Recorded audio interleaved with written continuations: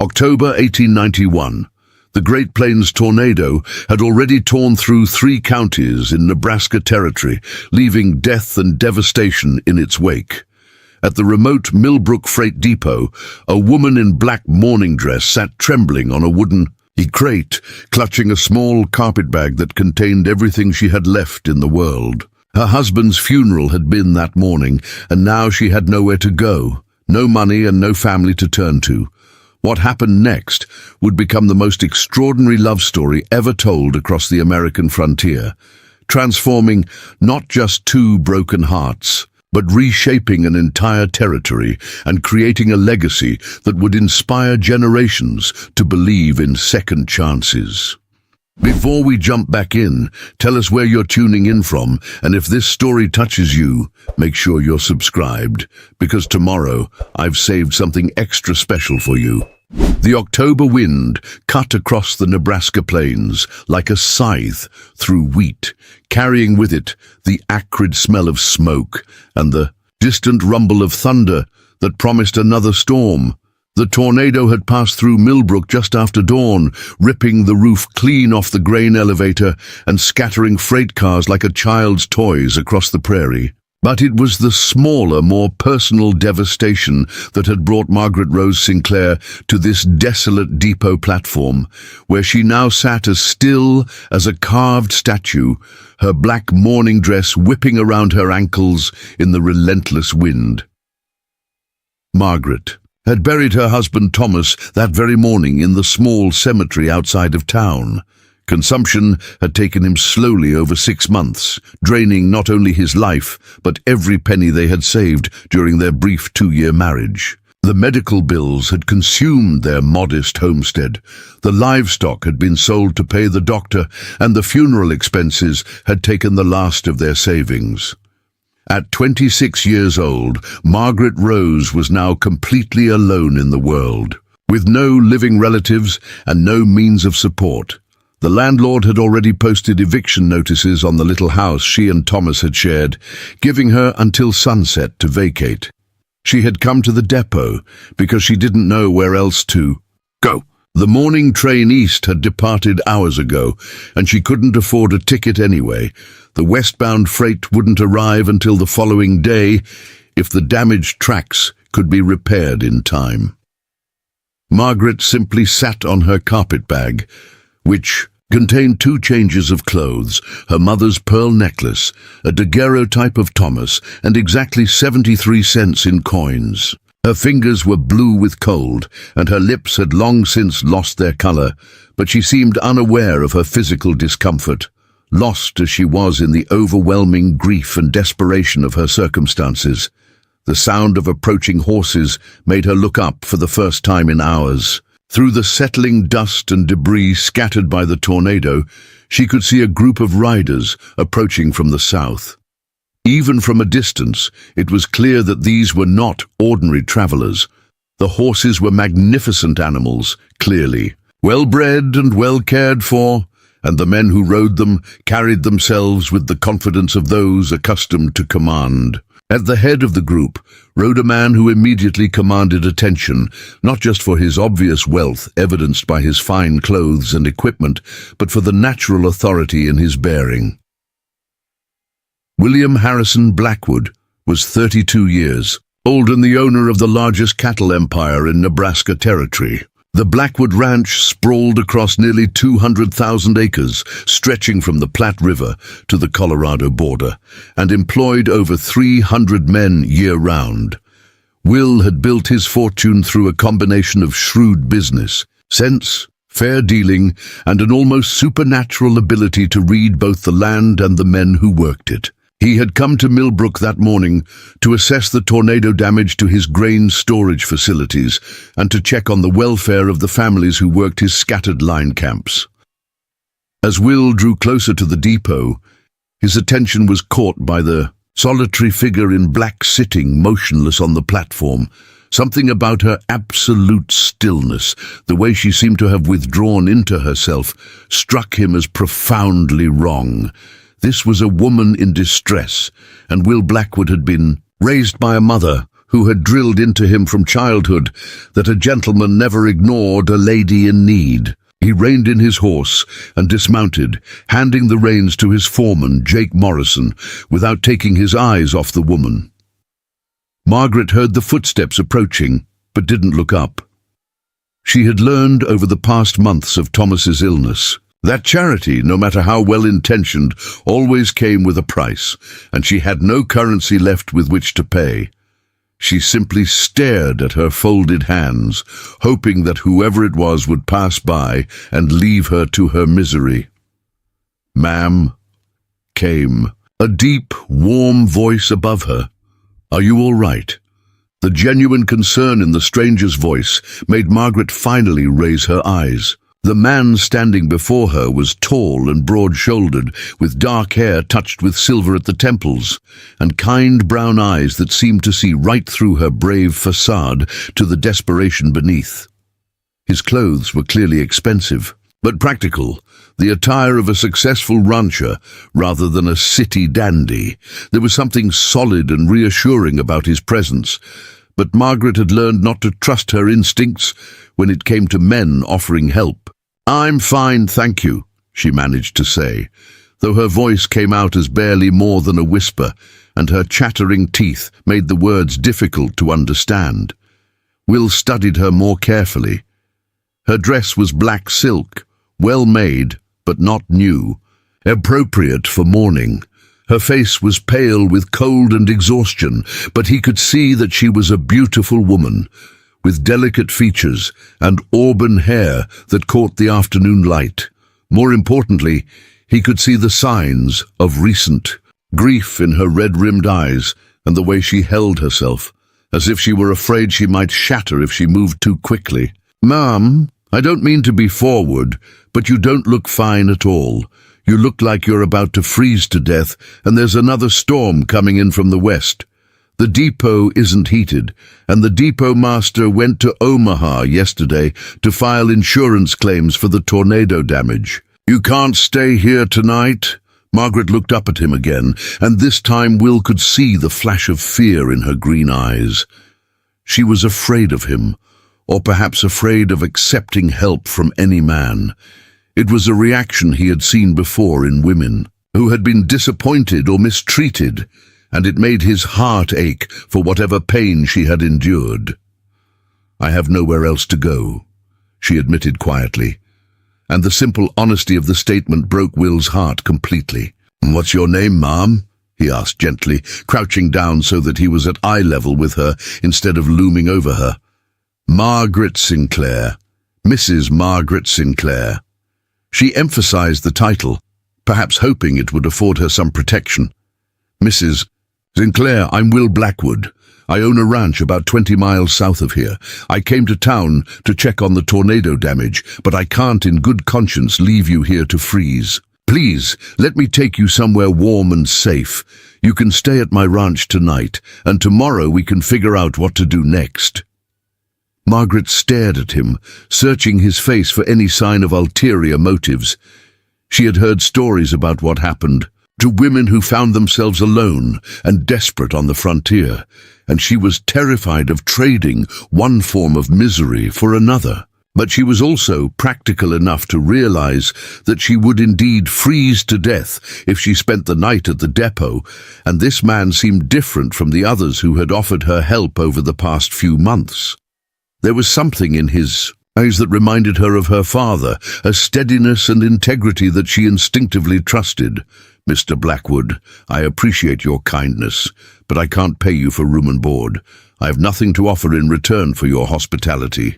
Will stood up and extended his hand to her. "Mrs. Sinclair, hospitality isn't something that requires payment. It's something that decent people offer to other decent people when they're in need. My mother would roll over in her grave if she knew I left a lady in distress to freeze it." "A depot, please, let me help you." Margaret looked at his outstretched hand for a long moment. She could feel the eyes of his men watching the interaction, and she was acutely aware that whatever decision she made now would determine not just where she spent the night, but possibly the entire course of her future. There was something about Will Blackwood that inspired confidence, a sense that he was a man who kept his word and honored his commitments. Against her better judgment, but with no real alternative, she placed her small, cold hand in his large, warm one. "Thank you, Mr. Blackwood," she said quietly. "I accept your offer." Preparing and narrating this story took us a lot of time, so if you are enjoying it, subscribe to our channel. It means a lot to us now. Back to the story. The relief that flooded Will's face was genuine and unmistakable. He helped her to her feet, noting how light she was and how she swayed slightly when she stood, probably from hunger as much as cold. He picked up her carpet bag with one hand while steadying her with the other, then led her toward the horses. "Jake," he called to his foreman, "Mrs. Sinclair will be riding with us back to the ranch. She'll be staying in the guest room in the main house. I want you to make sure the men understand that she's to be treated with the utmost respect." Jake. Morrison had worked for Will Blackwood for 15 years, and he had never seen his boss so immediately protective of anyone. "Yes, sir, Mr. Blackwood. Should I ride ahead and tell Miss Catherine to prepare the room?"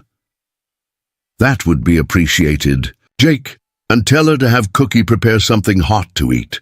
Mrs. Sinclair looks like she could use a good meal." As Will helped Margaret mount one of the spare horses, she couldn't help but notice the easy authority with which he spoke to his men, and the obvious respect they showed him in return. This was clearly a man accustomed to command, but there was nothing harsh or domineering in his manner. He treated his employees more like trusted friends than hired hands, and they responded with loyalty rather than fear. The ride to the Blackwood Ranch took them through some of the most beautiful country Margaret had ever seen. Despite the recent tornado damage, the landscape was breathtaking in its vastness and variety. Rolling hills covered in autumn grass stretched to the horizon, broken by stands of cottonwood and oak trees whose leaves had turned brilliant shades of gold and red.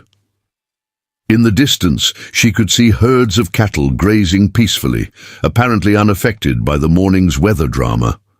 As they rode, Will pointed out various landmarks and told her about the history of the area. He had a natural storyteller's gift, and Margaret found herself relaxing for the first time in months as she listened to his tales of the early settlers, the conflicts with hostile tribes, and the gradual transformation of the territory from wilderness to civilization.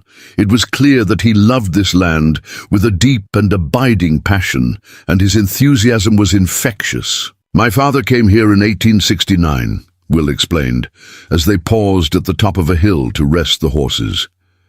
He was one of the first cattlemen to recognize the potential of this country. Most people thought it was too wild, too dangerous, too far from civilization to ever amount to anything. But my father saw what it could become, with the right combination of hard work, patience, and respect for the land itself." Margaret looked out over the vast expanse of prairie and could see what his father had envisioned. Even in its current undeveloped state, there was something magnificent about the endless sky and rolling grassland. It was a landscape that seemed to promise infinite possibilities for those brave enough to seize them. "Did he live to see his vision realized?" she asked. Will's expression grew thoughtful. "He died 5 years ago, just as the ranch was really beginning to prosper, but I think he knew what we were building here. He used to say that the land would reward those who treated it with respect and punish those who tried to take more than they gave back. So far, he's been right." As they crested another hill, the Blackwood Ranch headquarters came into view, and Margaret gasped at the sight. She had expected a simple ranch house, perhaps a bit larger than average, but essentially similar to the modest homestead she was familiar with. Instead, she found herself looking at what could only be described as a small town built around a magnificent central residence. The main house was a sprawling two-story structure built of local stone and timber, with a wide veranda that wrapped around 3 sides and tall windows that gleamed in the afternoon sun. Surrounding it were dozens of other buildings, bunkhouses, barns, corrals, workshops, a blacksmith shop, and what appeared to be a small schoolhouse. Smoke rose from numerous chimneys, and she could see people moving about their daily tasks with the purposeful efficiency of a well-organized community. "My goodness," Margaret breathed. "It's like a small city." Will smiled with obvious pride. "During roundup season, we have close to 400 people living here. We've had to become almost completely self-sufficient. We have our own blacksmith, carpenter, doctor, and even a teacher for the children of the married hands. It's become more than just a ranch, it's a community." As they rode into the central compound, Margaret was struck by the obvious prosperity and organization of the She operation. The buildings were all well maintained, the corrals were sturdy and well designed, and the horses and cattle she could see were clearly healthy and well cared for. But more than that, she was impressed by the atmosphere of the place, the people. They passed, called out friendly greetings to Will, and their attitude toward him was one of genuine affection and respect, rather than mere deference to his wealth and position. A woman emerged from the main house as they dismounted, and Margaret could immediately see the family resemblance. Catherine Blackwood was perhaps 40 years old, with the same warm brown eyes as her brother and prematurely grey hair pulled back in a practical bun. She was dressed simply but elegantly, and she carried herself with the confident bearing of a woman accustomed to managing a large household. "Will," she called, hurrying down the front steps. "Jake told me you were bringing a guest. Mrs. Sinclair, isn't it?" "You poor dear, you look absolutely frozen. Come inside immediately, and let's get you warmed up." Margaret found herself swept up in Catherine's capable hands and ushered into the house before she could protest. The interior of the main house was even more impressive than the exterior, furnished with beautiful pieces that managed to be both elegant and comfortable.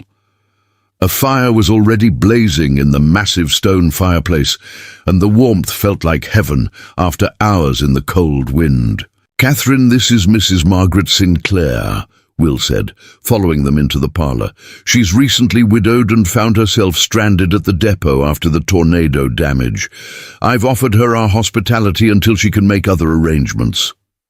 Catherine's expression immediately softened with sympathy. "Oh, my dear, I'm so sorry for your loss. You must be exhausted and heartbroken. Don't you worry about anything. We'll take good care of you. Will, stop hovering and let me get this poor woman settled properly." Despite her grief and exhaustion, Margaret found herself almost smiling at the obvious affection between the siblings and Catherine's take-charge attitude. It was clear that while Will might own the ranch, Catherine ran the household with the same efficiency and authority that he brought to the cattle operation. "Thank you both," Margaret said quietly. "I don't know what I would have done if Mr. Blackwood hadn't found me. Your kindness is overwhelming." "Nonsense," Catherine replied briskly. "Kindness is just good sense dressed up in fancy clothes. Now, let's get you upstairs to a proper room where you can rest and clean up. I've had Cookie prepare a hot meal, and after you've eaten and rested, we can talk about whatever you'd like to do next. There's no pressure and no hurry. You're welcome here for as long as you need to stay," as Catherine led her upstairs to what was clearly the finest guest room Margaret had ever seen. She found herself wondering if this was all some kind of wonderful dream brought on by cold and hunger. The room was spacious and beautifully furnished, with a large bed covered in quilts that looked both expensive and comfortable, a writing desk by the window, and a wardrobe that was already stocked with women's clothing in what appeared to be her size. "The clothes belonged to my late sister-in-law," Catherine explained, noticing Margaret's surprised look. "Rebecca was about your size, and I thought you might need a change of clothes. Will asked me to make sure you had everything you needed." Margaret felt tears prick her eyes at this thoughtfulness. "I don't know how to thank you. Your brother is incredibly generous." Catherine smiled and patted her hand gently. "Will is a good man, perhaps the best I've ever known. He sees someone in need, and he simply can't rest until he's done whatever he can to help. It's both his greatest strength and his greatest weakness, if you ask me. Now you rest for a bit and I'll send someone up with hot water for a bath and some food. We'll talk more at dinner. Left alone in the beautiful room, Margaret sank into the comfortable chair by the window and allowed herself to truly absorb what had happened to her. This morning she had been destitute and desperate, facing a future that seemed to hold nothing but hardship and uncertainty. Now she found herself in luxury she had never dreamed of, surrounded by people who were treating her with kindness and respect. Despite knowing nothing about her beyond her obvious need, she looked out the window at the bustling activity of the ranch and tried to understand why Will Blackwood had gone so far out of his way to help a complete stranger.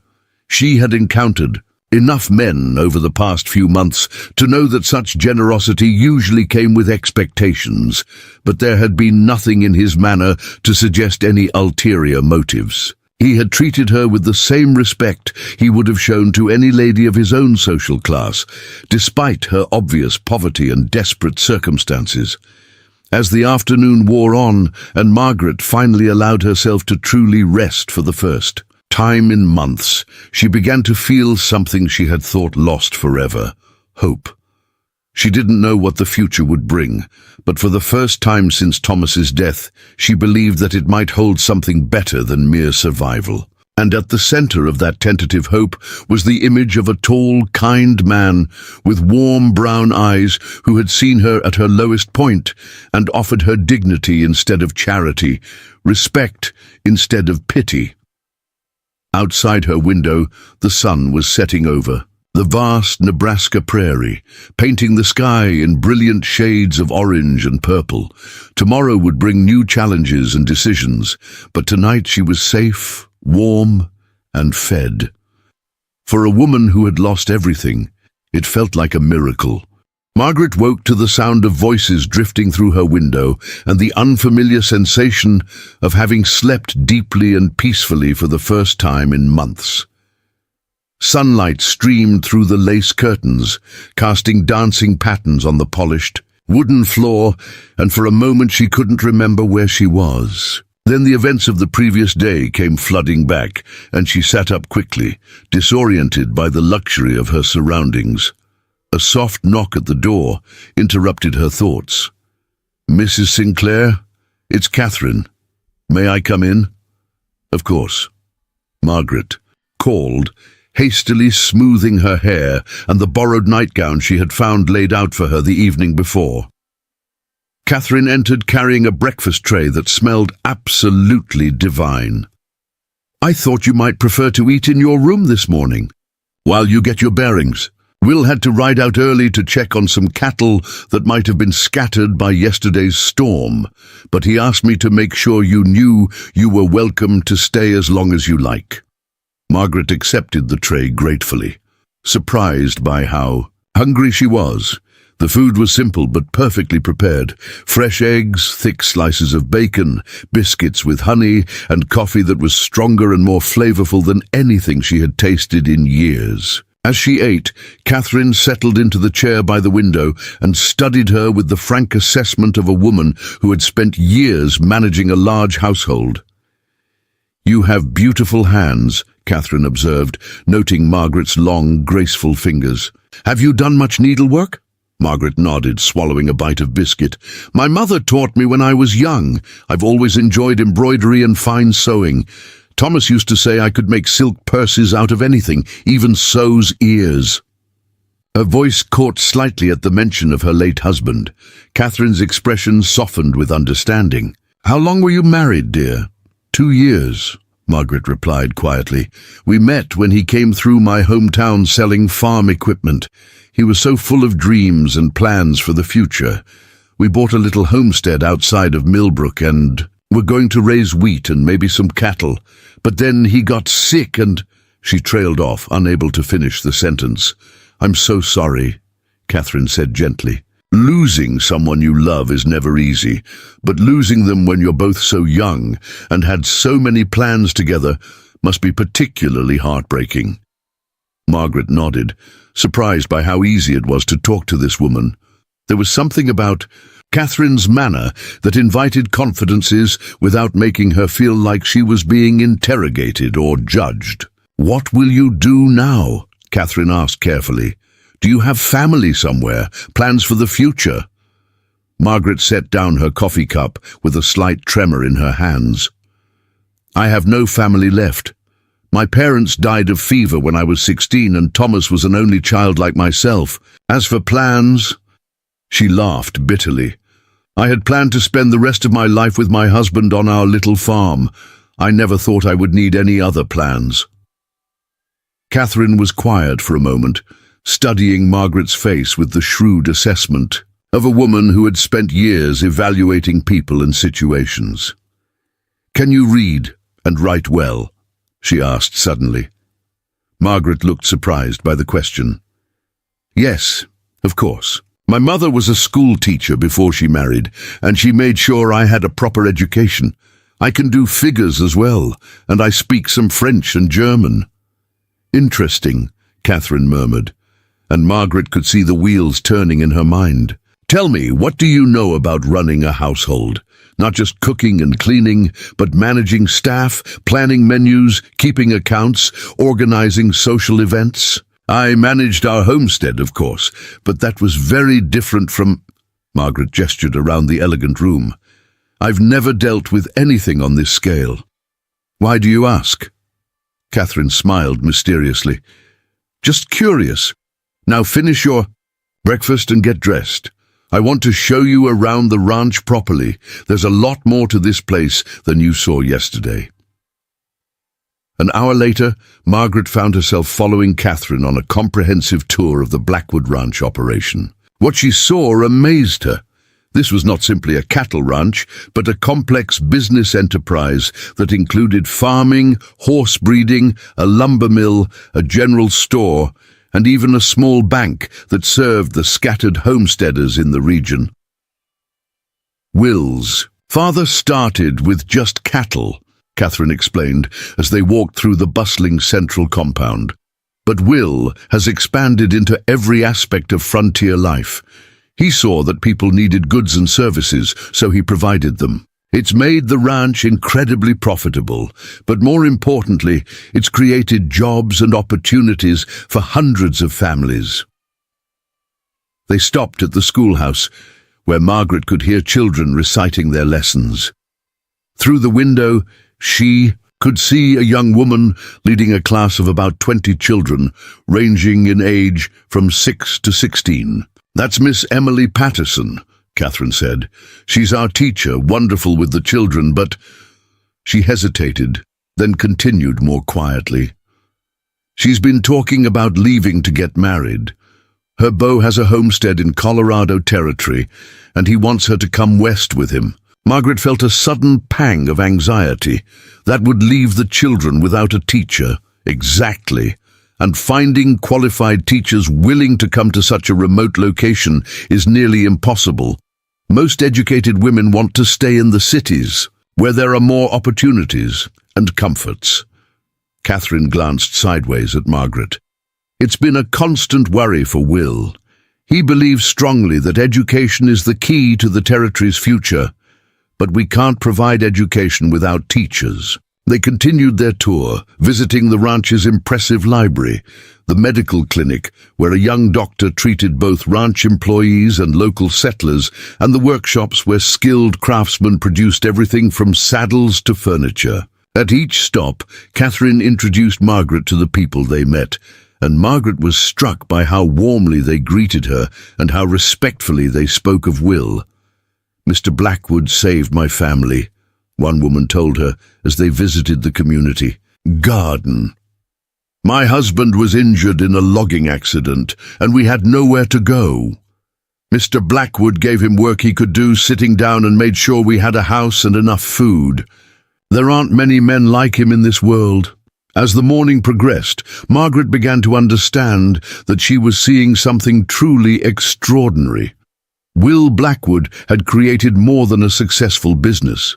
He had built a functioning community, that provided security, opportunity, and hope to hundreds of people. It was a vision of what the American frontier could become with the right leadership and resources.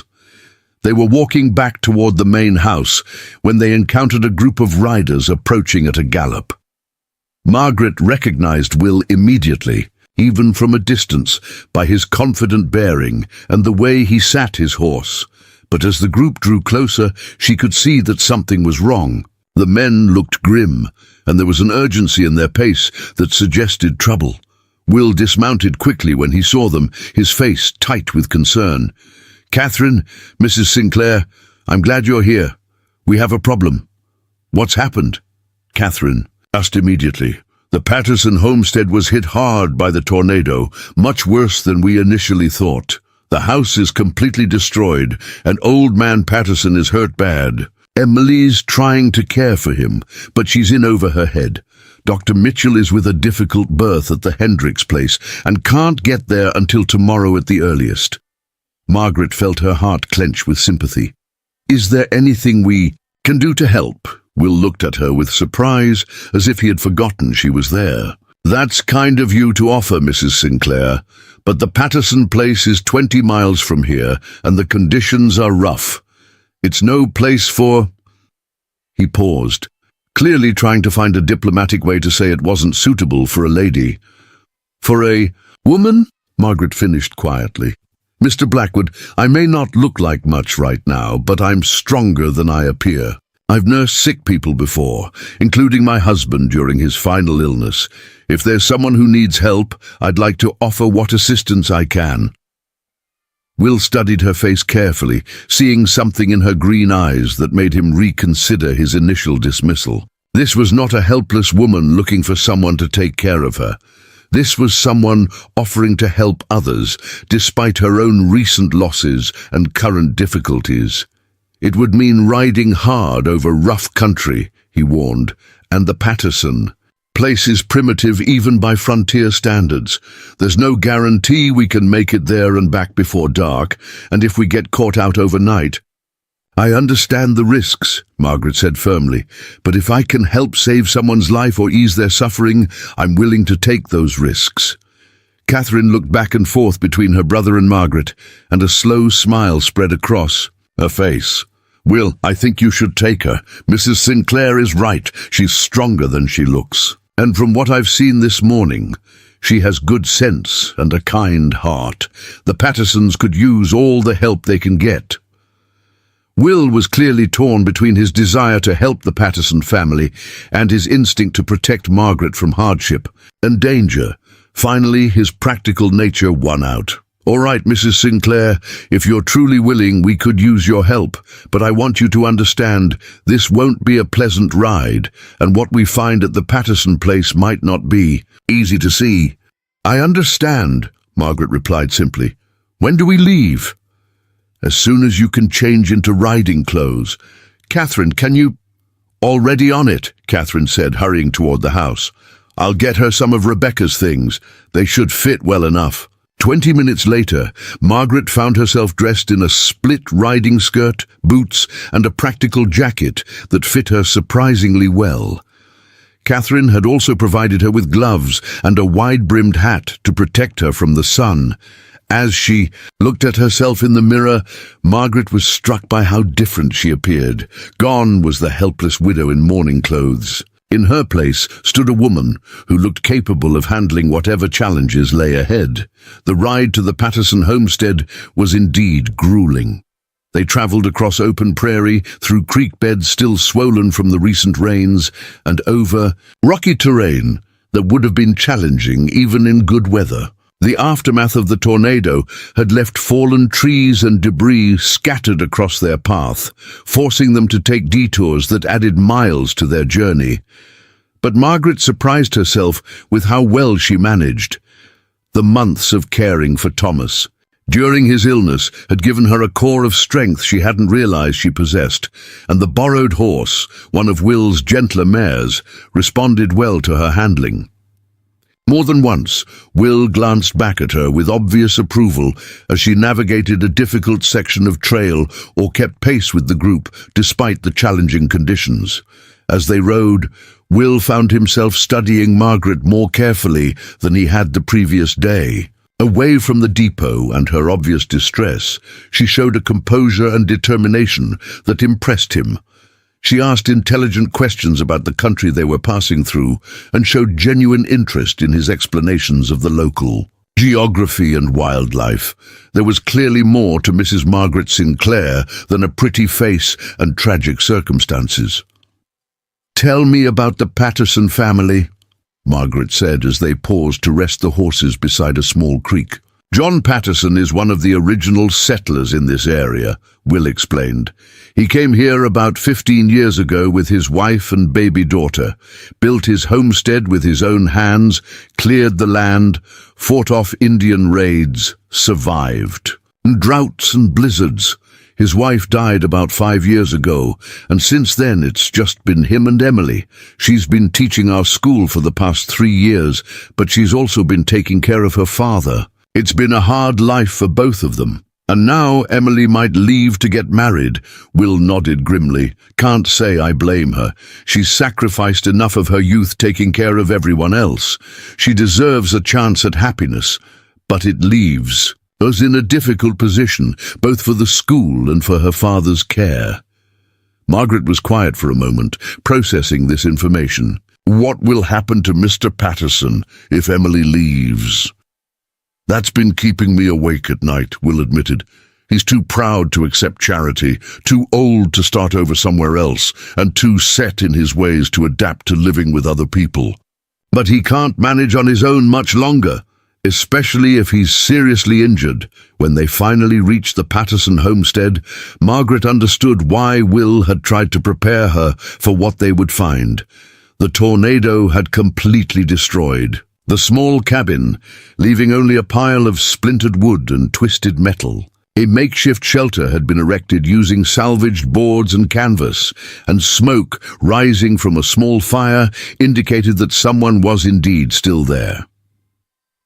Emily Patterson emerged from the shelter as they approached, and Margaret's heart went out to her immediately. The young woman was perhaps 22 years old, with brown hair that had escaped from its pins and a face streaked with tears and exhaustion. Her dress was torn and dirty, and she looked like she hadn't slept in days. "Mr. Blackwood?" Emily called out, relief evident in her voice. "Thank God you've come. Father is hurt worse than I thought, and I don't know what to do. He's been unconscious since yesterday evening, and I'm scared he's going to die." Will dismounted quickly and helped Margaret down from her horse. "This is Mrs. Sinclair, Emily. She's offered to help with your father's care. She has experience nursing sick people."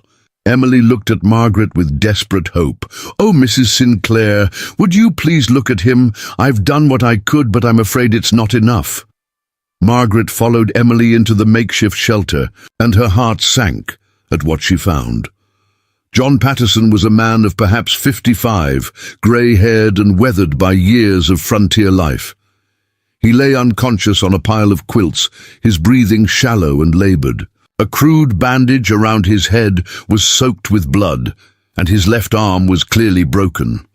Margaret knelt beside him and began a careful examination, drawing on everything she had learned during Thomas's illness and from helping the local doctor in Millbrook when he was overwhelmed with patients. John's pulse was weak but steady, his pupils were responsive to light, and while the head wound looked serious, it didn't appear to have penetrated the skull. "Emily," she said calmly, "I need you to help me. First, we need clean water and more light. Can you and the men build up the fire and bring in some lanterns?" For the next several hours, Margaret worked over John Patterson with a skill and confidence that amazed everyone present. She cleaned and properly dressed his head wound, set and splinted his broken arm, and managed to get some water and broth down his throat even while he remained unconscious. She worked with calm efficiency, giving quiet instructions to Emily. And the ranch hands, never showing the least sign of squeamishness or uncertainty. Will watched her work with growing admiration and something else he couldn't quite identify. This was clearly a woman of intelligence and capability, someone who could face a crisis and respond with both compassion and practical skill. The transformation from the helpless widow he had found at the depot to this competent take-charge woman was remarkable.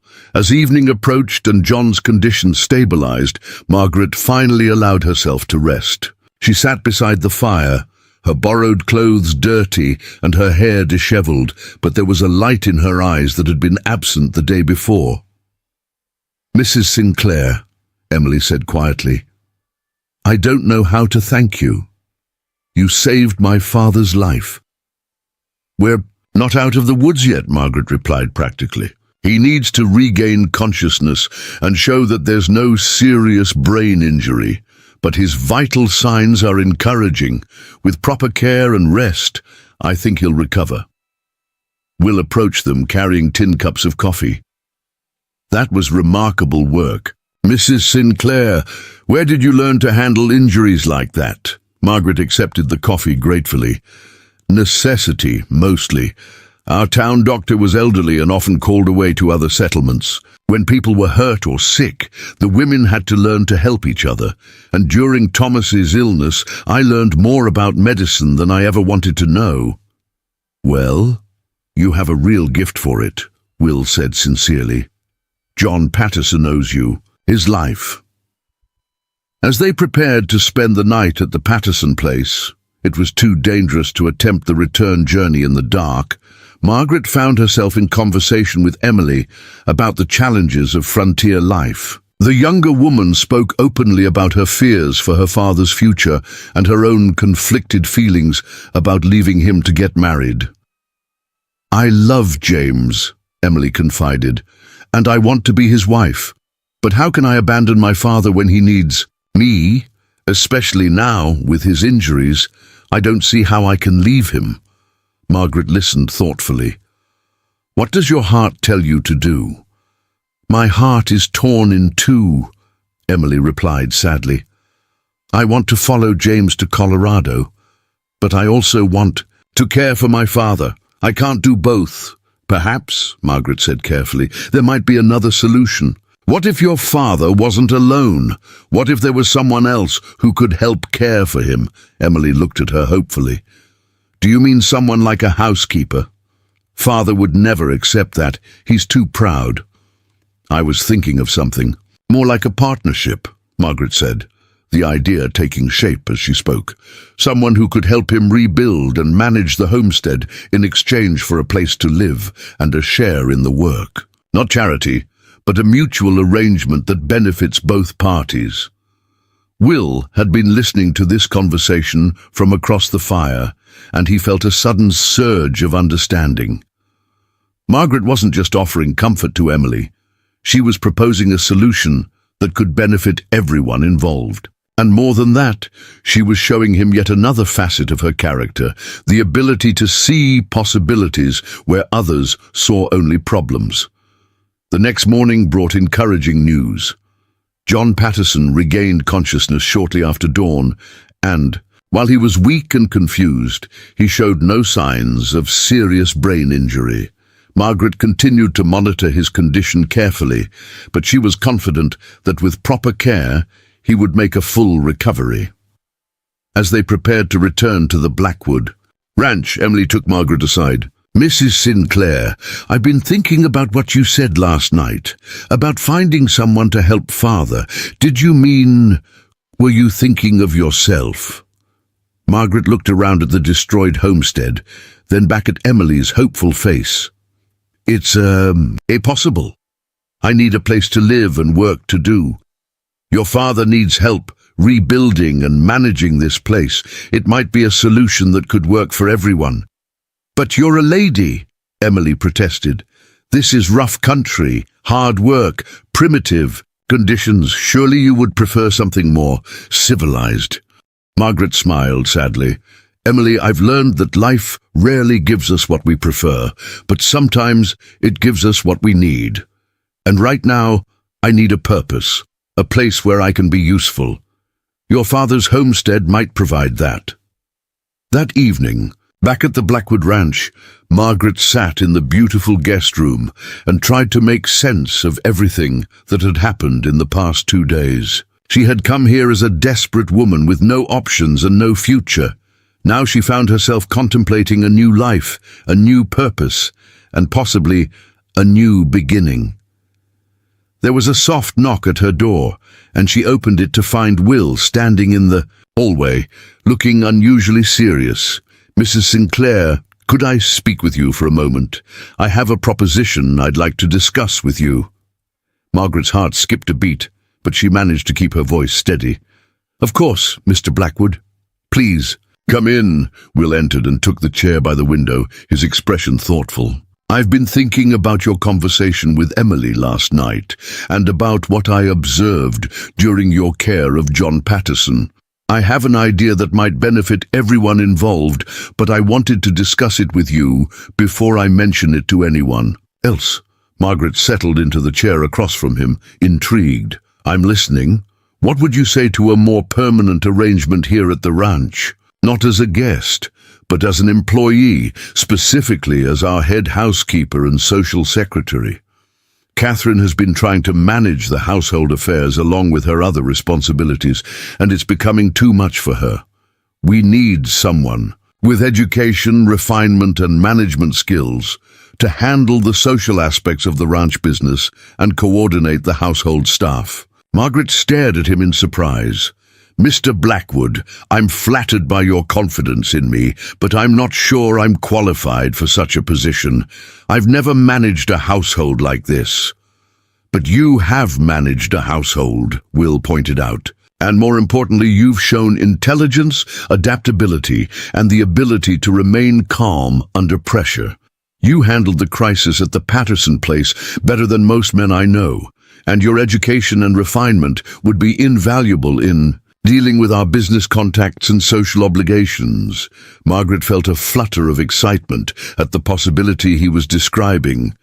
What exactly would such a position entail? Managing the household staff, planning and organizing social events, handling correspondence, keeping the accounts for household expenses, and serving as hostess when we entertain business associates.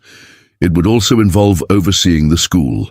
Until we can find a permanent replacement for Emily, and possibly helping with medical emergencies like yesterday's. And the compensation? Room and board in the main house, plus a salary that would allow you to save money and eventually establish your own independence if you chose to. More importantly, you would be a valued member of our community, with the respect and security that comes with that position. Margaret's mind raced with the possibilities. It was far more than she had dared to hope for. Not just employment, but a career that would use her skills and provide her with genuine independence. "There's one more thing," Will continued, his voice becoming slightly hesitant. "The position would require you to interact closely with me and to accompany me to various social and business functions. I want you to understand that your employment would never be contingent on anything other than your professional performance, but I also want you to be aware that people might talk." Margaret met his eyes directly. "Mr. Blackwood, are you offering me employment or something else?" Will had the grace to flush slightly. "Employment, Mrs. Sinclair, strictly employment. But I'd be lying if I said I wasn't personally interested in getting to know you better. You're a remarkable woman, and I find myself drawn to your strength and intelligence. However, I give you my word that your position here would never depend on your personal feelings toward me." Margaret was quiet for a long moment, studying this man who had already shown her more kindness and respect than she had encountered in months. She could see the sincerity in his eyes, and she believed his assurances about keeping their professional and personal relationships separate. "Mr. Blackwood," she said finally, "I accept your offer, but I want to be clear about my own circumstances. I'm still in mourning for my husband, and I'm not ready for any kind of romantic entanglement. If you can accept that limitation, then I would be honored to serve as your head housekeeper and social secretary." Will smiled. and Margaret felt her heart skip again at the warmth in his expression. "Mrs. Sinclair, I can accept any limitations you set. The important thing is that you're willing to stay and become part of our community. I have a feeling you're going to fit in here better than you might expect." As Will left her room that night, Margaret stood at the window looking out over the moonlit prairie. 2 days ago, she had been a destitute widow with no future. Now she had employment, purpose, and the beginning of what might become a new life. More than that, she had met a man who treated her as an equal, who valued her mind as much as her appearance, and who offered her respect rather than pity. She thought of Thomas and felt a pang of guilt at how quickly her life was changing. But she also felt something she hadn't experienced in months. Excitement about the future. Tomorrow would bring new challenges and new opportunities, and for the first time since her husband's death, Margaret felt ready to face them. 6 weeks. Into her new position as head housekeeper and social secretary of the Blackwood Ranch, Margaret found herself facing the most challenging test of her capabilities yet. Word had arrived that Senator Harrison Caldwell and his entourage would be visiting the territory to assess its readiness for statehood, and they had specifically requested to tour the Blackwood operation as an example of successful frontier enterprise. The visit would include not only the senator but also his wife, 2 other territorial officials, a newspaper correspondent from Chicago, and various local dignitaries. It would be the largest and most important social gathering ever held at the ranch.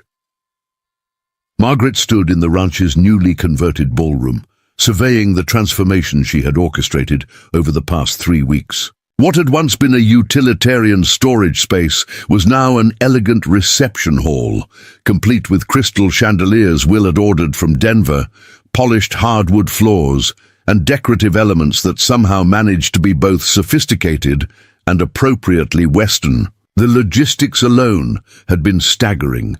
Coordinating the arrival of supplies, managing the expanded kitchen staff, arranging accommodations for 36 guests, and planning entertainment that would showcase the ranch's achievements while providing suitable amusement for dignitaries accustomed to Washington society. Catherine entered the ballroom, carrying a thick folder of correspondence and wearing an expression of barely controlled panic. "Margaret, we have a crisis. The string quartet from Omaha just sent word that they can't make it. Their train was delayed by a washout near Grand Island. We have 48 hours until the senator arrives, and no music for the reception."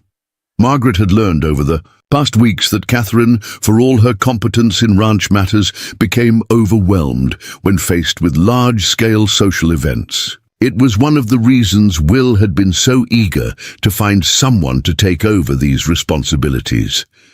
"Don't worry," Margaret said calmly, making notes on her ever-present clipboard. "I've already anticipated this possibility. There's a military band stationed at Fort Robinson. I sent an inquiry 3 days ago about their availability. If they can't come, young Timothy Morrison plays violin beautifully, and I've discovered that Cookie's nephew has quite a talent with the harmonica. We can create a perfectly charming frontier musical ensemble." Catherine stared at her in amazement. "How do you think of these things?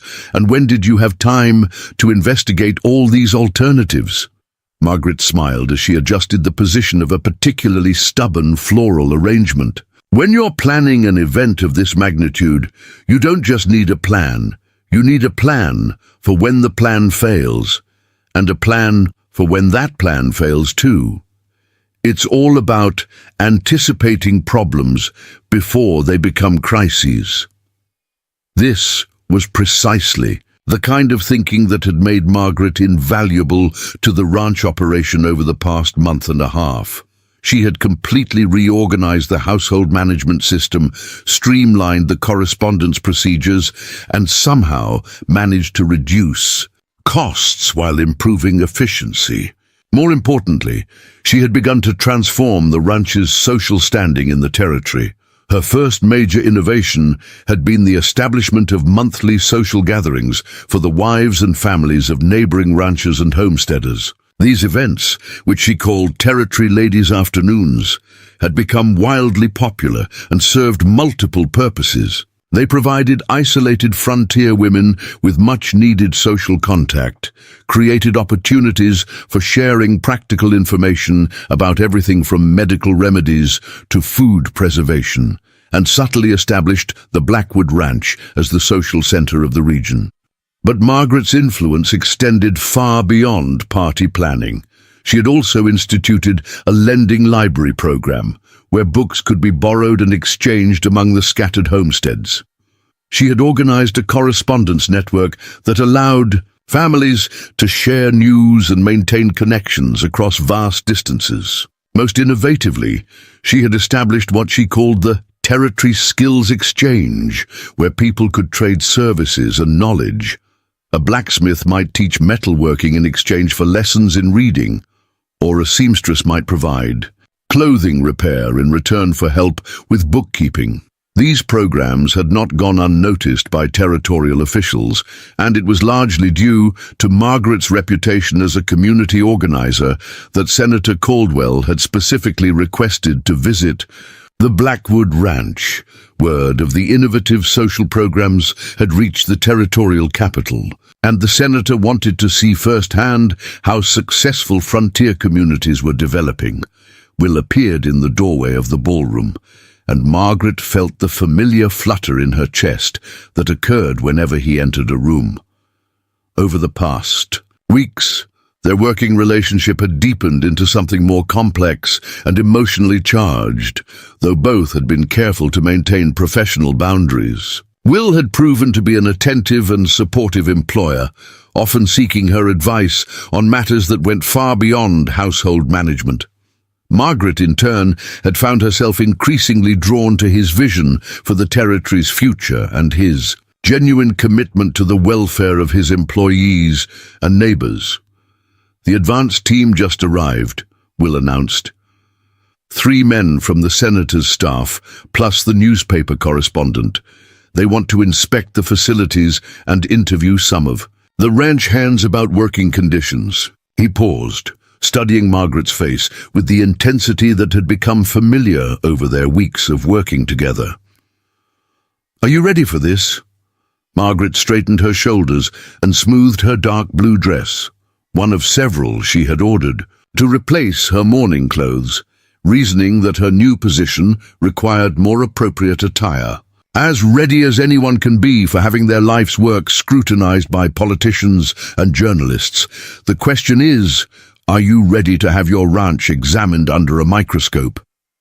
Will grinned, and Margaret felt that traitorous flutter again. "I think we can stand up to scrutiny. The real question is whether Washington politicians are ready for what we've built here." The next 48 hours passed in a whirlwind of final preparations, last-minute crises, and barely controlled chaos. Margaret found herself managing everything from diplomatic protocol disputes to a kitchen fire that nearly derailed the entire catering plan. But she also discovered something unexpected about herself. She thrived under this kind of pressure. The skills she had developed managing her household during Thomas's illness, combined with her natural organizational abilities and quick thinking, made her uniquely suited for the complex challenges of frontier diplomacy.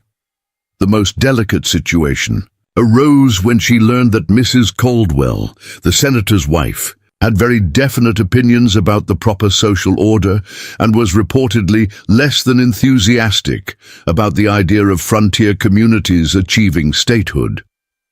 Margaret realized that winning over Mrs. Caldwell would be crucial to the success of the entire visit. Her solution was typically innovative. Rather than trying to impress Mrs. Caldwell with an imitation of Eastern sophistication, Margaret decided to showcase the unique strengths and opportunities of frontier life. She arranged for a demonstration of traditional frontier skills: quilting, food preservation, medicinal herb preparation, presented not as primitive necessities, but as valuable cultural knowledge that Eastern society had lost. She organized a children's program that highlighted the educational opportunities available even in remote areas. Most cleverly, she arranged for several of the territory's most successful women entrepreneurs to share their stories. Women who had built businesses, managed ranches, and achieved independence that would have been impossible in more traditional Eastern communities. Senator Caldwell arrived precisely on schedule, accompanied by an entourage that included his formidable wife, two territorial officials, the Chicago newspaper correspondent, and various local politicians eager to be associated with such an important visit. Margaret had positioned herself in the main foyer to greet the guests, and she felt a moment of nervous uncertainty as the senator's carriage pulled up to the front entrance. Mrs. Caldwell proved to be exactly as challenging as Margaret had anticipated. A woman in her 50s, with steel-grey hair and sharp eyes that missed nothing, she had clearly arrived with preconceived notions about frontier society and the people who chose to live in such remote locations. Her first comments were politely dismissive, focusing on the quaint and rustic aspects of the ranch, in a tone that made it clear she considered these characteristics charming, but hardly suitable for serious political consideration. Margaret's strategy was to kill with kindness, while gradually demonstrating the sophistication and innovation of the community they had built. She began the tour with the ranch's business operations, allowing Will to showcase the scope and profitability of the enterprise. Then she moved to the educational facilities, where the visiting dignitaries were genuinely impressed by the quality of the schoolhouse and the advanced curriculum being offered to frontier children. But the real turning point came when Margaret introduced Mrs. Caldwell to some of the territory's remarkable women. There was Sarah Mitchell, who had inherited her husband's freight business and expanded it into the largest shipping operation between Denver and Omaha. There was Dr. Helena Rodriguez, one of the first women physicians in the territory, who had established clinics in 3 different communities. There was Martha Blackwood, a distant cousin of Will's, who had developed innovative agricultural techniques that had revolutionized farming in the region. Each of these women had stories that challenged Mrs. Caldwell's assumptions about frontier life. Rather than finding desperate people clinging to survival in primitive conditions, she encountered educated, articulate, successful individuals who had chosen frontier life because it offered opportunities unavailable elsewhere.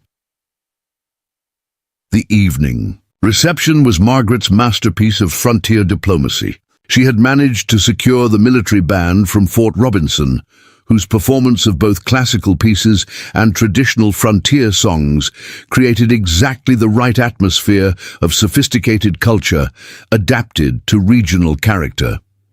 The menu featured the finest local ingredients prepared with techniques that highlighted, rather than apologized for, regional cuisine. The decorations combined elegant Eastern-style arrangements with uniquely Western elements that celebrated rather than concealed the ranch's frontier identity. But the most effective element of the evening was Margaret herself. She moved through the reception with the poise of a Washington hostess, equally comfortable discussing territorial politics with the senator, comparing notes on household management with Mrs. Caldwell, and explaining the economic implications of various ranch innovations to the newspaper correspondent. She had become, without realizing it, the perfect embodiment of frontier sophistication, educated, capable, refined, but also practical, innovative, and uniquely adapted to the opportunities and challenges of territorial life. The newspaper correspondent, a cynical man named Frederick Hartwell, who had arrived expecting to write a condescending piece about frontier pretensions, found himself genuinely impressed by what he observed. He spent considerable time interviewing Margaret about the social programs she had developed, recognizing that these innovations represented something genuinely new in American community development. "Mrs. Sinclair," he said during a quiet moment. "On the ranch house veranda, I came here expecting to find people playing at civilization in the wilderness. Instead, I'm finding innovations that could revolutionize community development throughout the country. These programs you've created, the skills exchange, the correspondence network, the educational initiatives, they're addressing social problems that major cities haven't been able to solve." Margaret was surprised by his seriousness. "Mr. Hartwell, we're simply doing what needs to be done.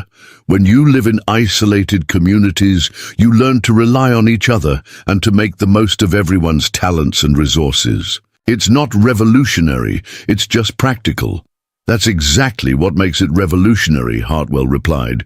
"You've created systems that build community rather than simply managing populations. That's something Washington could learn from." The climax of the visit came on the final evening, when Senator Caldwell addressed the assembled gathering of ranch employees, neighboring families, and territorial officials. Margaret had spent weeks agonizing over every detail of this event, knowing that it would likely determine the senator's report on the territory's readiness for statehood. "Ladies and gentlemen," the senator began, "I came to this territory expecting to evaluate whether these remote communities were ready to take their place as full participants in American democracy. What I have found here has exceeded my expectations in ways I could not have imagined." He went on to praise the economic development, the educational initiatives, and the social innovations he had observed. But his most significant comments focused on the quality of leadership and community organization that had made such achievements possible. "In particular," he continued, "I want to acknowledge Mrs. Margaret Sinclair, whose work in community development represents the kind of innovative thinking that will be essential as America continues to grow and evolve. The programs she has created here are not just impressive local achievements, they are models that could benefit communities throughout our nation." Margaret felt herself blushing as applause filled the room. But she also felt a surge of pride and accomplishment unlike anything she had experienced since Thomas's death. She had found not just employment and security, but a true calling that allowed her to use her talents in service of something larger than herself. As the formal presentations concluded and the evening moved into more casual socializing, Will approached Margaret on the veranda, where she had stepped outside for a moment of quiet reflection. "Congratulations," he said quietly. "You've just been praised by a United States Senator as a model of American innovation. How does it feel to be famous?" Margaret laughed, feeling genuinely happy for the first time in months. "It feels terrifying and exhilarating at the same time, but mostly it feels like I've finally found where I belong." Will moved closer, and in the moonlight she could see something in his expression that made her heart race. "Margaret, I need to tell you something. This evening, watching you handle everything with such grace and intelligence, seeing the respect and admiration you've earned from everyone here, I realized that somewhere along the way, my feelings for you have moved far beyond professional appreciation." Margaret felt her breath catch. Over the past weeks, she had become increasingly aware of her growing attraction to Will, but she had convinced herself that her feelings were simply gratitude and professional respect. Now, hearing him voice what she had been afraid to acknowledge, she realized that her heart had been healing without her permission. "Will," she began, then stopped, unsure how to continue. "I know you're still in mourning," he said gently. "And I know you need time.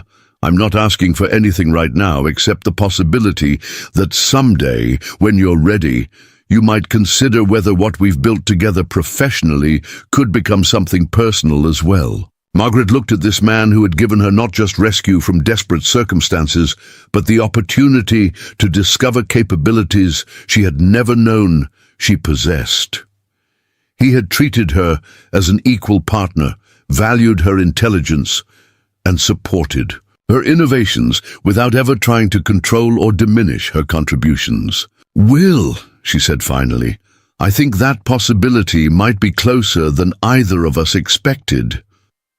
As they stood together on the veranda, looking out over the ranch that had become her home and the community that had become her calling, Margaret realized that she was no longer the desperate widow who had sat freezing at the depot just weeks earlier.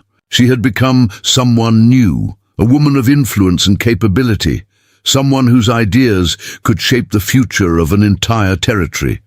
And at the center of that transformation was the man standing beside her, who had seen her potential when she couldn't see it herself, and who had given her the opportunity to become everything she was meant to be. 3 months after Senator Caldwell's visit, Margaret was working in her office reviewing correspondence when Catherine burst through the door, her face pale with worry and clutching a telegram in her trembling hands. The success of the political reception had brought an avalanche of attention to the Blackwood Ranch, including numerous requests for Margaret to consult on community development projects throughout the territory. But the telegram Catherine carried would shatter the peaceful progress they had been enjoying. "Margaret, you need to see this immediately," Catherine said, her voice tight with anxiety. "It's from our lawyer in Omaha. There's been a development regarding Thomas's death that you need to know about." Margaret felt her blood turn cold at the mention of her late husband. She had finally begun to move beyond the grief and guilt that had consumed her for so long, and the last thing she wanted was to be dragged back into that painful chapter of her life. But Catherine's expression told her this was serious enough to demand immediate attention. The telegram was brief but devastating. "Investigation reveals Thomas Sinclair's death may not have been natural. Stop. Dr. Marcus Kellerman under suspicion for multiple patient deaths. Stop. Your testimony needed urgently. Stop. Travel to Omaha immediately. Stop. Signed, Attorney General Morrison." Margaret sank into her chair, the paper fluttering to the floor as her hands lost their strength. "I don't understand. Thomas died of consumption. I watched him waste away for months. How could his death be anything other than natural?" Catherine knelt beside her chair, picking up the telegram and reading it again with a lawyer's daughter's eye for detail. "Margaret, this Dr. Kellerman, was he Thomas's physician?" "Yes," Margaret whispered. "He was the only doctor in Millbrook. Thomas trusted him completely. We all did. He treated half the county." She looked up at Catherine with growing horror. "Are they saying he murdered my husband?" Before Catherine could answer, Will appeared in the doorway, obviously having heard the commotion. His face darkened as he took in Margaret's stricken expression and Catherine's worried demeanor. "What's happened?" Catherine quickly explained the contents of the telegram, while Will's expression grew increasingly grim. When she finished, he was quiet for a long moment, his jaw clenched with suppressed anger. "There's something else," he said finally. "Something I wasn't sure was connected until now. Jake rode in from town an hour ago with some disturbing news. There's been a man asking questions about you in Millbrook. A well-dressed stranger who's been talking to people about your marriage to Thomas, your financial situation, and your whereabouts since his death." Margaret felt the room spinning around her. What kind of questions? Questions about Thomas's medical treatment, about what happened to your property after his death, and specifically about whether you might have had any reason to want your husband dead. Will's voice was carefully controlled, but Margaret could see the fury burning in his eyes. The implication hit her like a physical blow. "They think I killed him. They think I murdered my own husband." Catherine immediately moved to comfort her, but Margaret stood abruptly, pacing to the window as her mind raced through the possibilities. "This doesn't make sense. If Dr. Kellerman was killing patients, why would anyone suspect me? And who is this stranger asking questions about me?" Will exchanged a meaningful glance with Catherine. "Margaret, I think you need to know something about Dr. Kellerman. I've been doing some research since we got word about the investigation. He's not just suspected of causing patient deaths.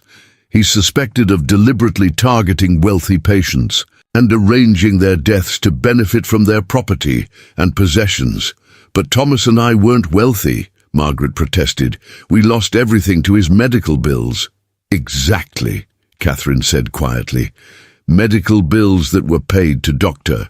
Kellerman. Margaret, what if Thomas wasn't dying naturally? What if Kellerman was slowly poisoning him while collecting enormous fees for treating a disease he had caused? Margaret felt physically sick as the pieces began to fall into place. The prolonged illness that had drained their resources. The expensive treatments that seemed to help briefly before Thomas would relapse, the way Kellerman had always seemed to have a new and costly remedy to try. She had been so focused on caring for Thomas and managing their dwindling finances that she had never questioned the doctor's methods. There's more, Will continued grimly. The stranger asking questions about you isn't working for the territorial government.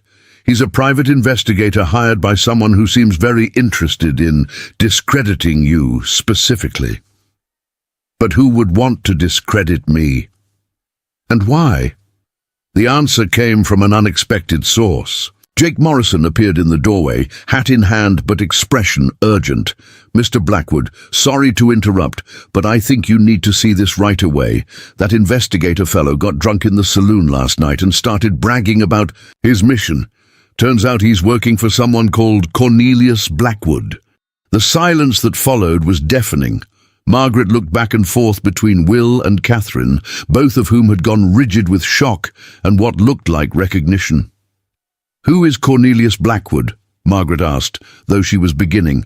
To suspect the answer would not be pleasant. Will's expression had turned thunderous. My uncle, my father's older brother. The man who was supposed to inherit the ranch before my father bought him out and sent him back east 20 years ago. Catherine's face had gone white. Will, if Cornelius is behind this investigation, it means he's planning something much bigger than just discrediting Margaret. He's never forgiven father for choosing your father over him as heir to the family fortune. Margaret was struggling to follow the implications. Are you saying that your uncle is trying to frame me for Thomas's murder in order to damage your reputation? But why would my situation affect you? Will met her eyes directly, and she saw a mixture of anger, determination, and something deeper that made her heart race despite the circumstances. Because, Margaret, anyone who's been paying attention knows that I intend to marry you. If you're accused of murdering your first husband, it would create a scandal that could destroy not just our personal happiness, but everything we've built here.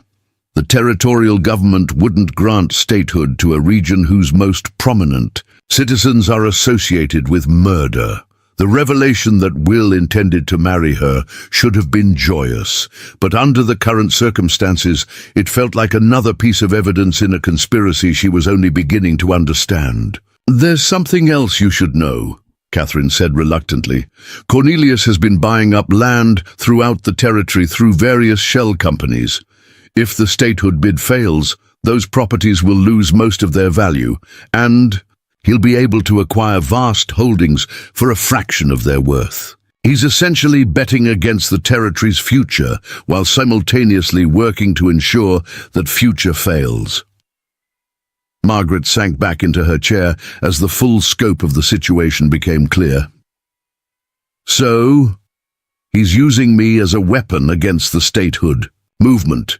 If I'm accused of murder, it discredits Will, which undermines the ranch's reputation, which damages the territory's chances for statehood, which allows him to profit from the resulting economic collapse. That's exactly what he's doing, Will confirmed grimly. And the worst part is, it's a brilliant strategy. Even if we can prove your innocence, the mere accusation will be enough to create doubt and suspicion. In frontier communities, reputation is everything. Jake cleared his throat awkwardly. There's more, Mr. Blackwood. The investigator mentioned that there's going to be an official territorial marshal arriving within the week to arrest Mrs. Sinclair on suspicion of murder. Apparently they've found a witness who claims to have seen her purchasing poison in a general store in Millbrook. Margaret stood up sharply, her initial shock giving way to anger. That's impossible. I never purchased any poison. I can account for every penny I spent during Thomas's illness, and most of it went directly to Dr. Kellerman for his treatments. Which means either the witness is lying or someone has created false evidence, Will said. Probably both. Cornelius has enough money to buy whatever testimony he needs. Catherine was pacing now, her legal mind working through the possibilities. We need to get ahead of this. If we wait for the marshal to arrive, Margaret will be arrested and taken away for trial. Even if we eventually prove her innocence, the damage to her reputation and to the ranch will be done. What are you suggesting? Will asked. We go on the offensive. We travel to Omaha immediately and present our evidence to the Attorney General before the arrest warrant can be executed.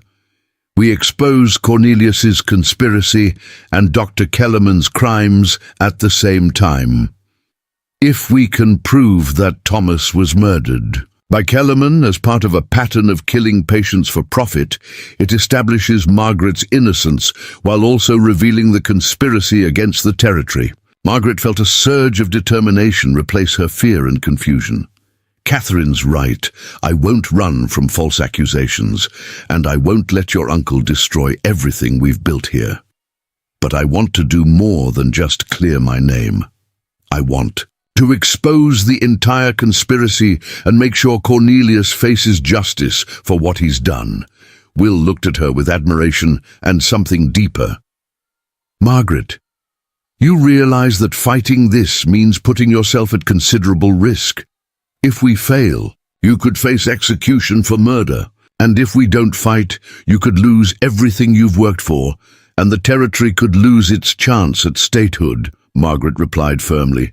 I won't be responsible for destroying the dreams of hundreds of families just to save myself from false accusations. The next several hours were a whirlwind of preparation and planning. Catherine dispatched telegrams to allies in the territorial government and to lawyers who had experience with complex criminal cases. Will organized a trusted group of ranch hands to maintain operations while the family dealt with the crisis. Margaret gathered every document related to Thomas's illness and death, including receipts for medical treatments and correspondence with Dr. Kellerman. But their most important ally proved to be someone unexpected.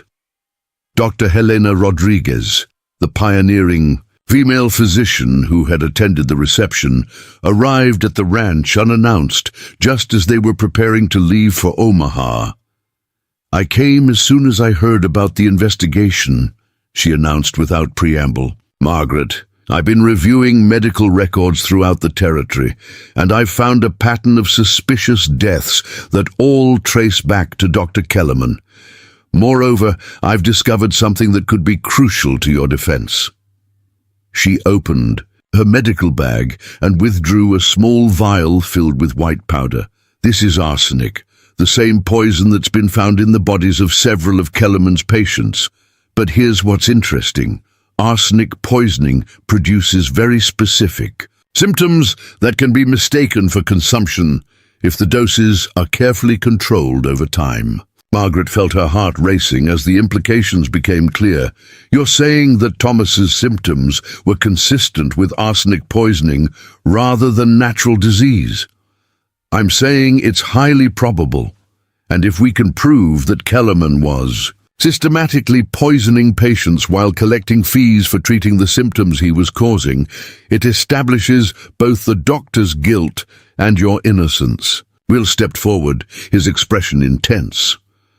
Dr. Rodriguez, would you be willing to testify to these findings before the territorial authorities? I'd be willing to do more than that, she replied with a fierce smile. I've been building a case against Kellerman for months, but I've been working alone because no one wanted to believe that a respected doctor could be a systematic murderer.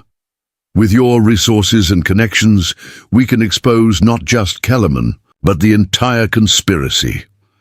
As they prepared to leave for Omaha, Margaret realized that this crisis, terrifying as it was, had revealed something important about the community they had built and the relationships they had formed. People were willing to risk their own safety and reputation to help her fight for justice.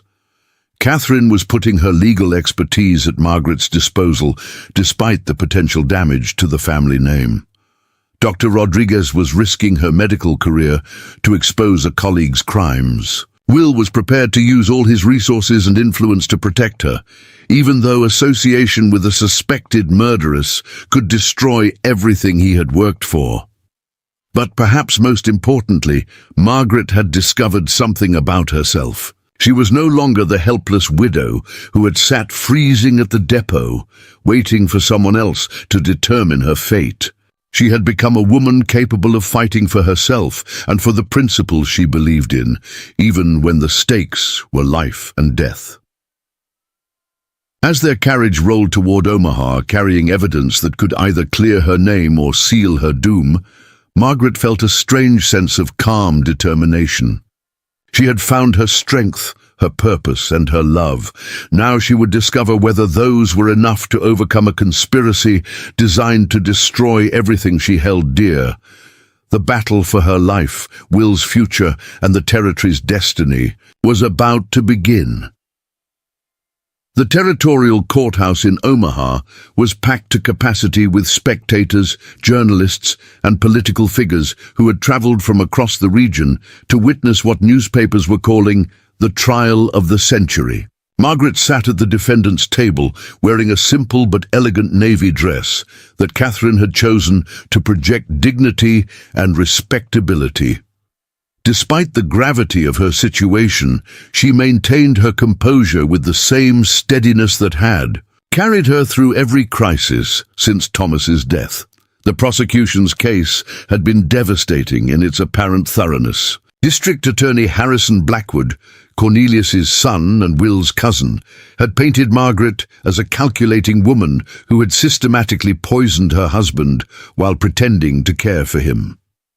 The prosecution's star witness, a general store clerk named Samuel Pierce, had testified that Margaret had purchased arsenic on 3 separate occasions, claiming she needed it for rat poison, but acting nervous and suspicious each time. "Ladies and gentlemen of the jury," Harrison had declared in his opening statement, "the evidence will show that Mrs. Margaret Sinclair married Thomas Sinclair not for love, but for the modest property and savings he possessed." When she realized that a lingering illness would drain those resources while keeping her tied to an increasingly burdensome invalid, she chose murder as her solution. The prosecution had also produced medical testimony from Dr. Kellerman himself, who appeared, as a respected physician, genuinely shocked to learn that his patient had been poisoned. Kellerman testified that he had found Margaret's behavior during Thomas's illness increasingly suspicious, noting that the patient's condition seemed to worsen after visits from his wife, but that he had been reluctant to voice his concerns about a grieving woman. But Margaret's defense team had spent the past 3 weeks uncovering evidence that would transform the trial from a simple murder case into an exposure of territorial-wide corruption.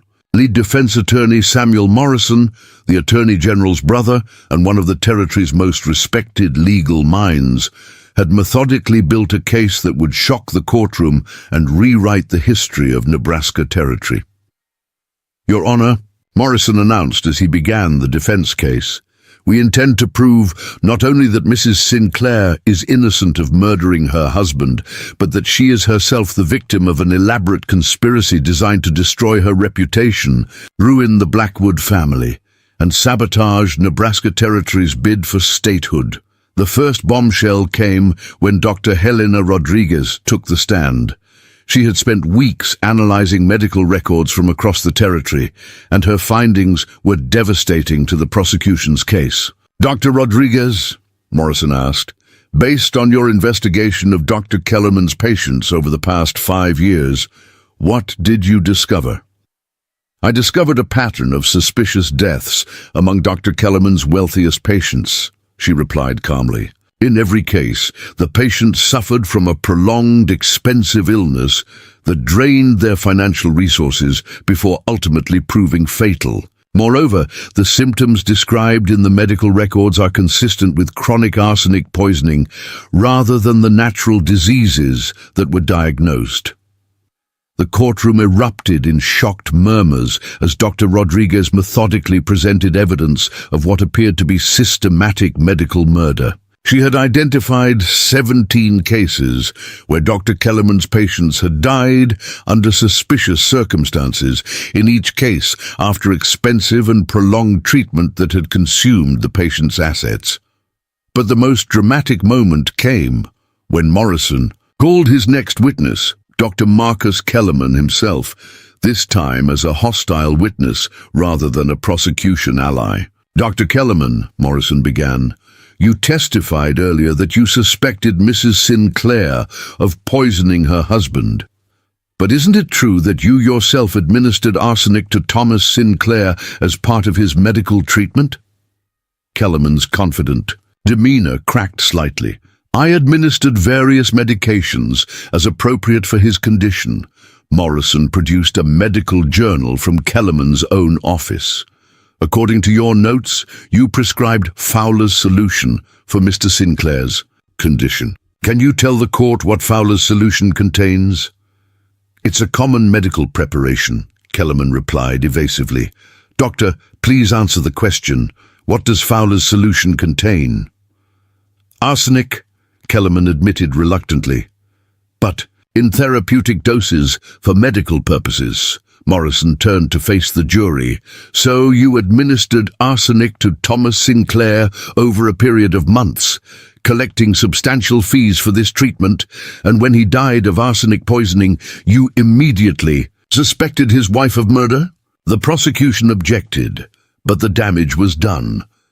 Morrison then produced financial records showing that Kellerman had purchased properties previously owned by several of his deceased patients, often at dramatically reduced prices from desperate widows who needed quick cash to pay outstanding medical bills. The courtroom was in chaos as the implications became clear. Dr. Kellerman was not just guilty of malpractice, he was operating a systematic scheme to murder wealthy patients while profiting from both their medical treatment and their subsequent deaths. But Morrison wasn't finished.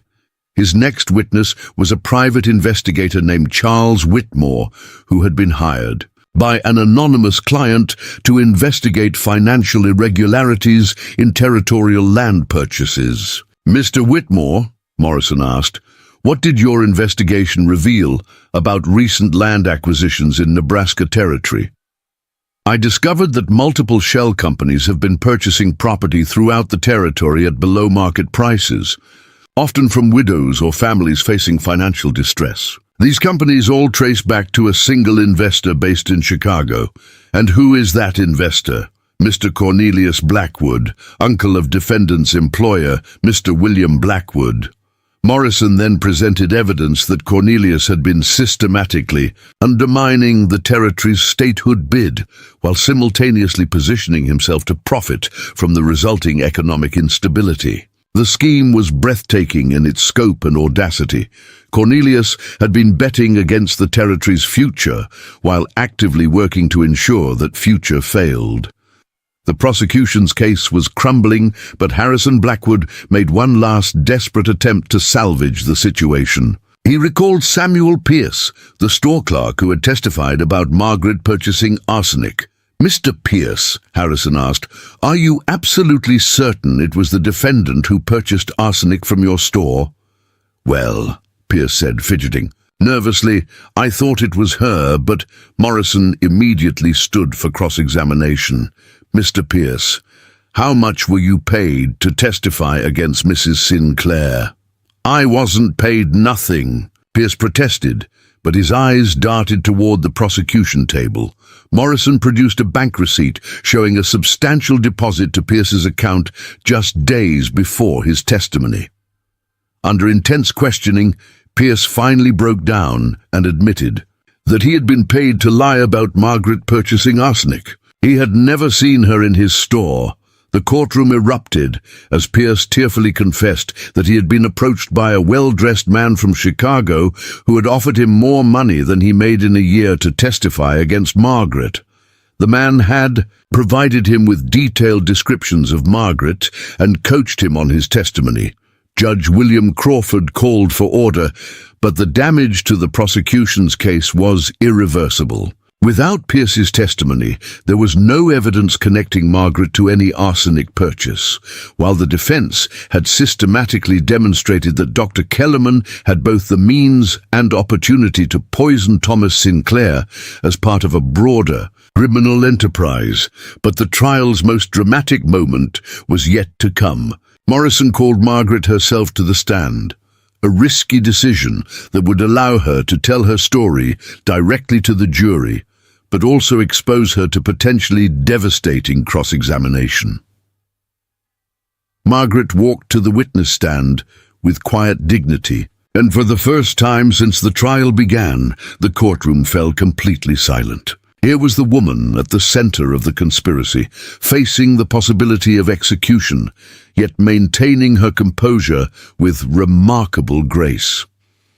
"Mrs. Sinclair," Morrison began gently, "please tell the court about your relationship with your late husband." Margaret's voice was steady and clear as she described her marriage to Thomas, their dreams for their homestead, and the devastating illness that had consumed their resources and ultimately claimed his life. She spoke with genuine emotion about her love for Thomas and her desperate attempts to save him, sparing no detail about the months of watching him slowly waste away, despite Dr. Kellerman's expensive treatments. "Did you ever suspect that Dr. Kellerman might be harming your husband rather than helping him?" "Never," Margaret replied firmly. "He was the only doctor available, and we trusted him completely. When Thomas would seem to improve after Dr. Kellerman's visits, only to relapse a few days later, I thought it was just the natural course of his illness. I blamed myself for not being able to do more to help him. Mrs. Sinclair, did you ever purchase arsenic for any purpose?" "No, I did not. I can account for every penny we spent during Thomas's illness, and most of it went directly to Dr. Kellerman for his treatments and medications." Harrison Blackwood's cross-examination was brutal, but Margaret held her ground. He tried to paint her as a fortune hunter who had married Thomas for his modest assets, but Margaret's genuine grief and detailed knowledge of their financial struggles made this accusation ring hollow. He suggested that she had killed Thomas to escape the burden of caring for an invalid, but Margaret's obvious love for her late husband and her detailed testimony about the care she had provided undermined this theory. Most importantly, Harrison could not explain how Margaret could have administered poison to Thomas when Dr. Kellerman's own medical records showed that he had been giving the victim arsenic as part of his treatment regimen. Morrison's closing argument was masterful. He systematically demolished the prosecution's case while painting Margaret as the victim of a conspiracy designed to destroy innocent people for financial and political gain. "Ladies and gentlemen," he declared, "you have heard evidence of a conspiracy so vast and callous that it defies belief. Dr. Kellerman systematically murdered patients for profit, while Cornelius Blackwood manipulated territorial politics for personal gain. Mrs. Sinclair was to be their final victim, a convenient scapegoat whose destruction would serve both their financial and political objectives." He concluded by addressing the broader implications of the case. "This trial is about more than one woman's innocence or guilt. It is about whether justice will prevail over corruption, whether truth will triumph over conspiracy, whether the citizens of Nebraska Territory will be allowed to build their future free from the manipulation of those who would profit from their misery." The jury deliberated for less than 2 hours before returning with their verdict. Margaret stood as the foreman announced, "We, the jury, find the defendant Margaret Rose Sinclair not guilty of all charges." The courtroom exploded in cheers and applause. Margaret felt her knees buckle with relief, but Will was there to catch her, holding her close as tears of joy and exhaustion streamed down her face. But the trial's impact extended far beyond Margaret's. Personal vindication.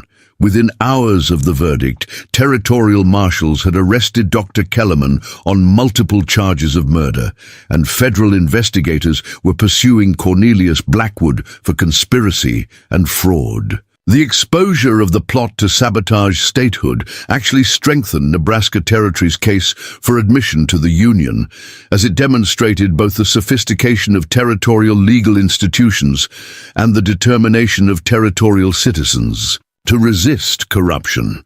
Judge Crawford's final comments from the bench captured the significance of the moment. This trial has demonstrated that Nebraska Territory possesses both the legal institutions and the moral character necessary for statehood. Mrs. Sinclair's courage in fighting false accusations, combined with the determination of territorial citizens to expose corruption and seek justice, proves that this territory is ready to take its place as a full member of our union. As Margaret and Will left the courthouse together, surrounded by supporters and well-wishers, she realized that the ordeal had transformed her in ways she was only beginning to understand.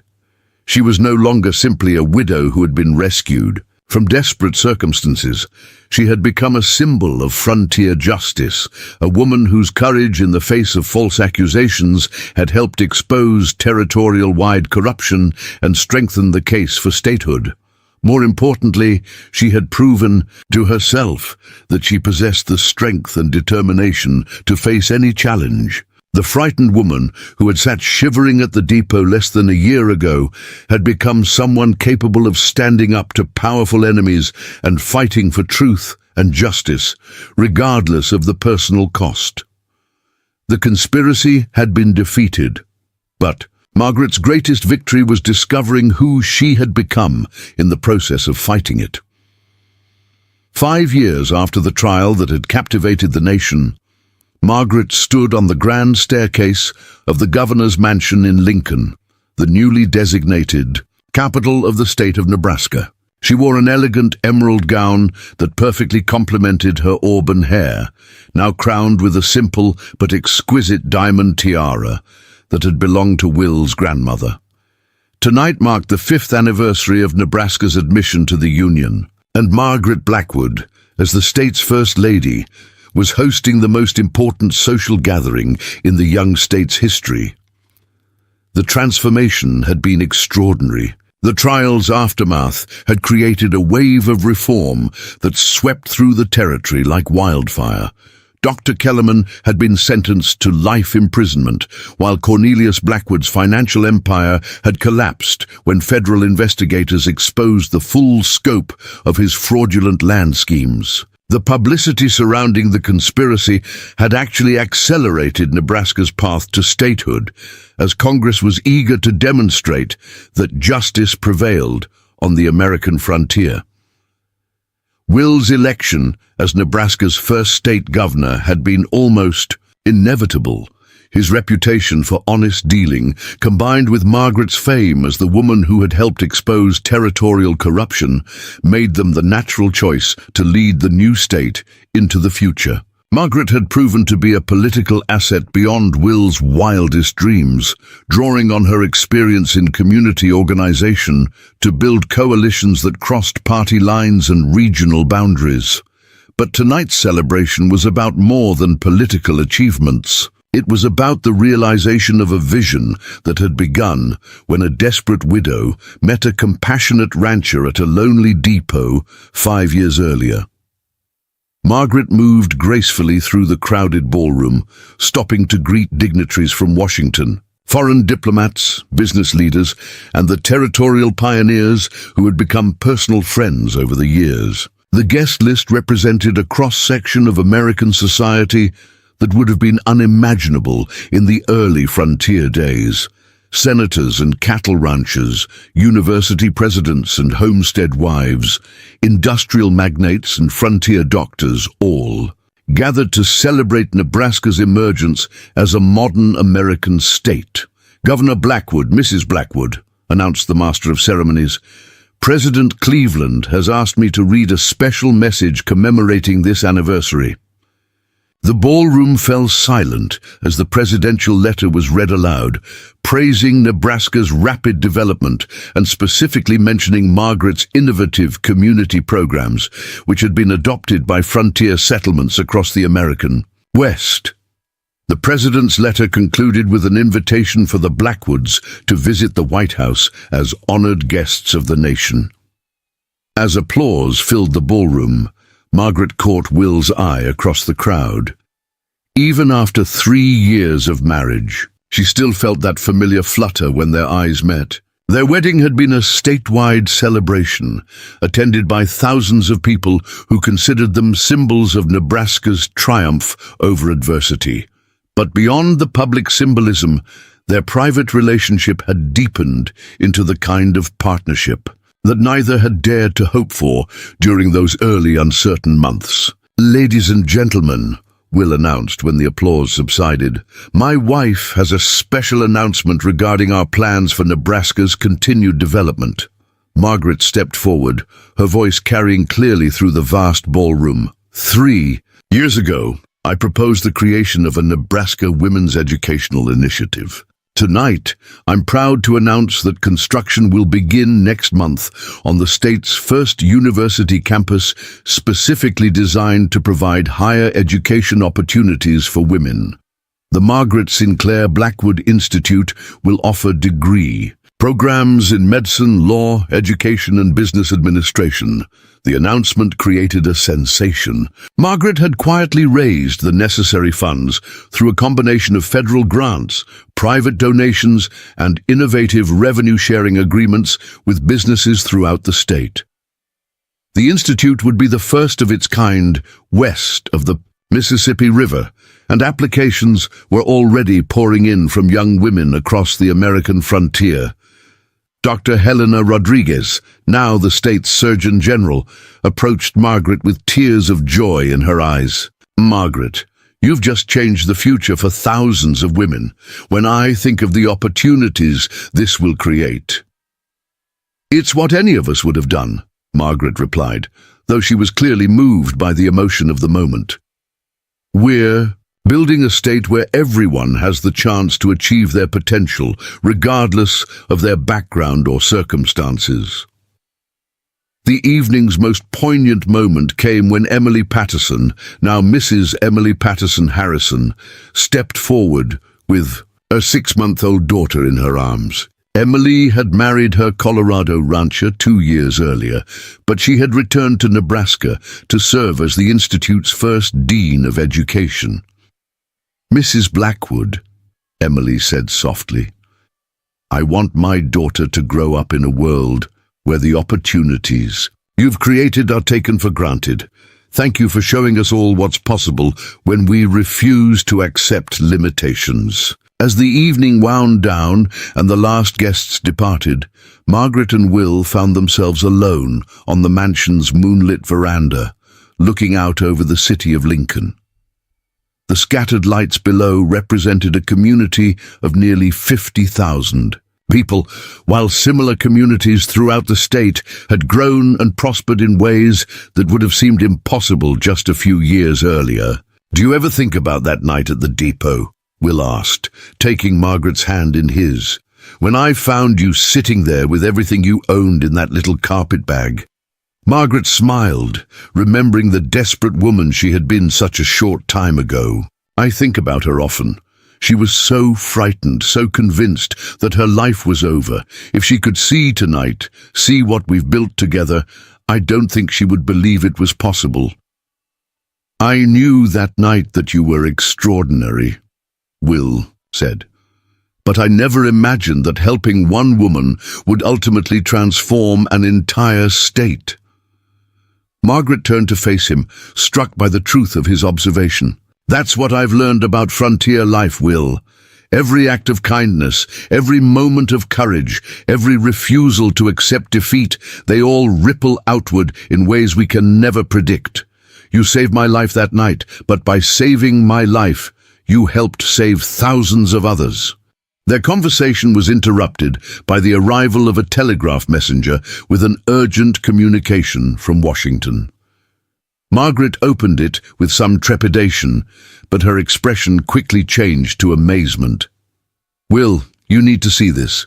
President, Cleveland is asking you to chair a national commission on frontier development. They want us to travel throughout the Western Territories and help other communities implement the programs we've developed here in Nebraska." Will read the telegram with growing excitement. "Margaret, this could extend our influence far beyond Nebraska's borders. We could help shape the development of the entire American West." "More than that," Margaret replied, her mind already racing with possibilities.